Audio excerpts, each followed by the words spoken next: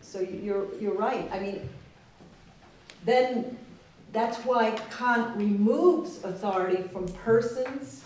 He says that is just abusive and unacceptable. And offices, just because you're the Hoch, this and this Kanzler and all that, doesn't mean you have authority. Director. Yeah.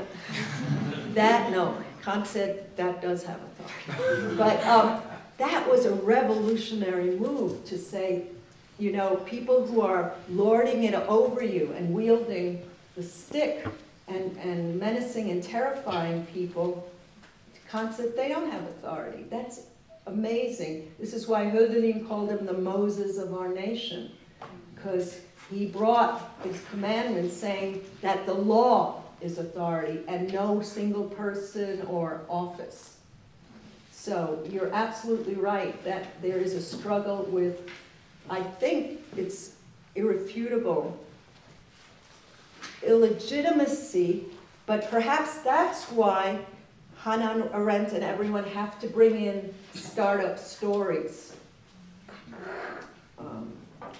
Or even what Greg Ober might call a, what do you call it, me-story? Or Mystery.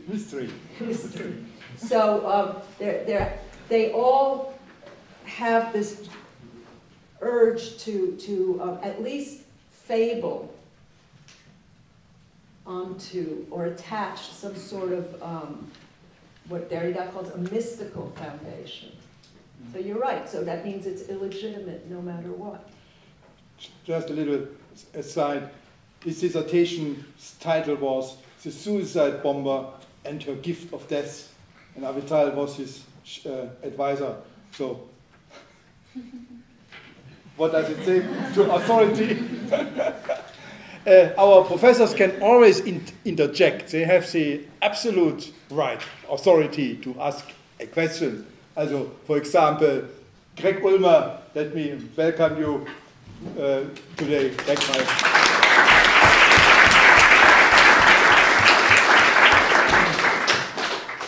What is the authority in the age of electricity? Yes.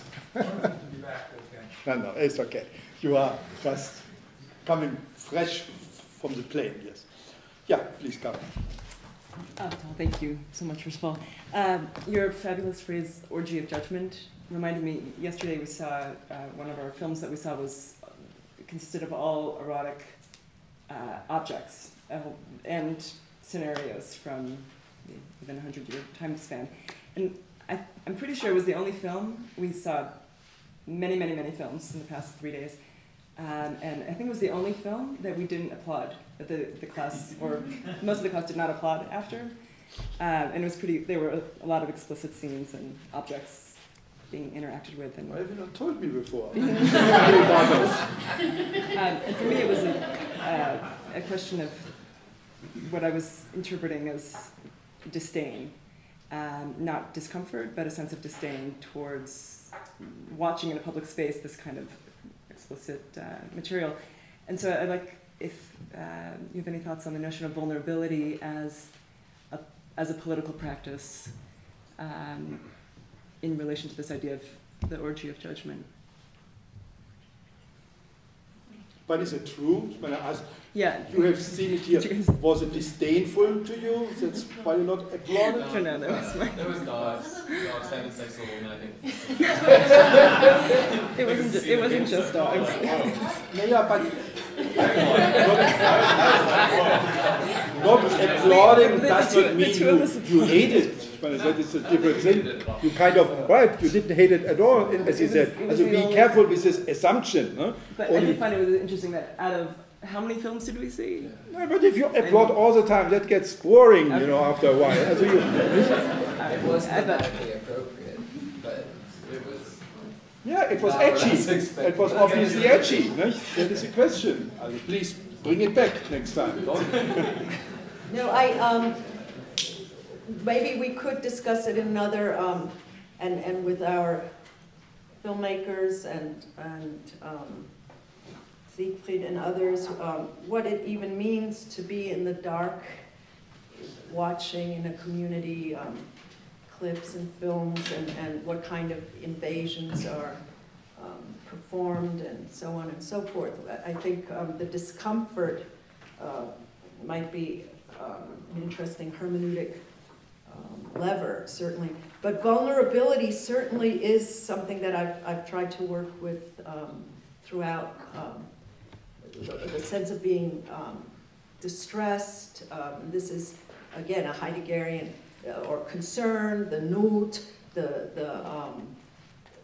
the way one is completely undermined and fissured and broken apart. And even here, the vulnerability stems from having been abandoned, right? So I do try to stage some of these thoughts in a vacant lot.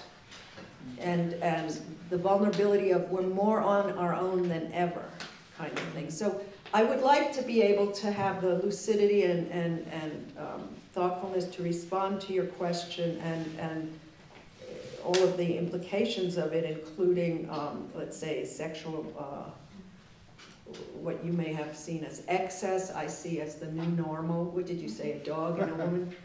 Okay, but that, let's say the one, you were the one hand that applauded? No, there was three. No, there was three. That would be something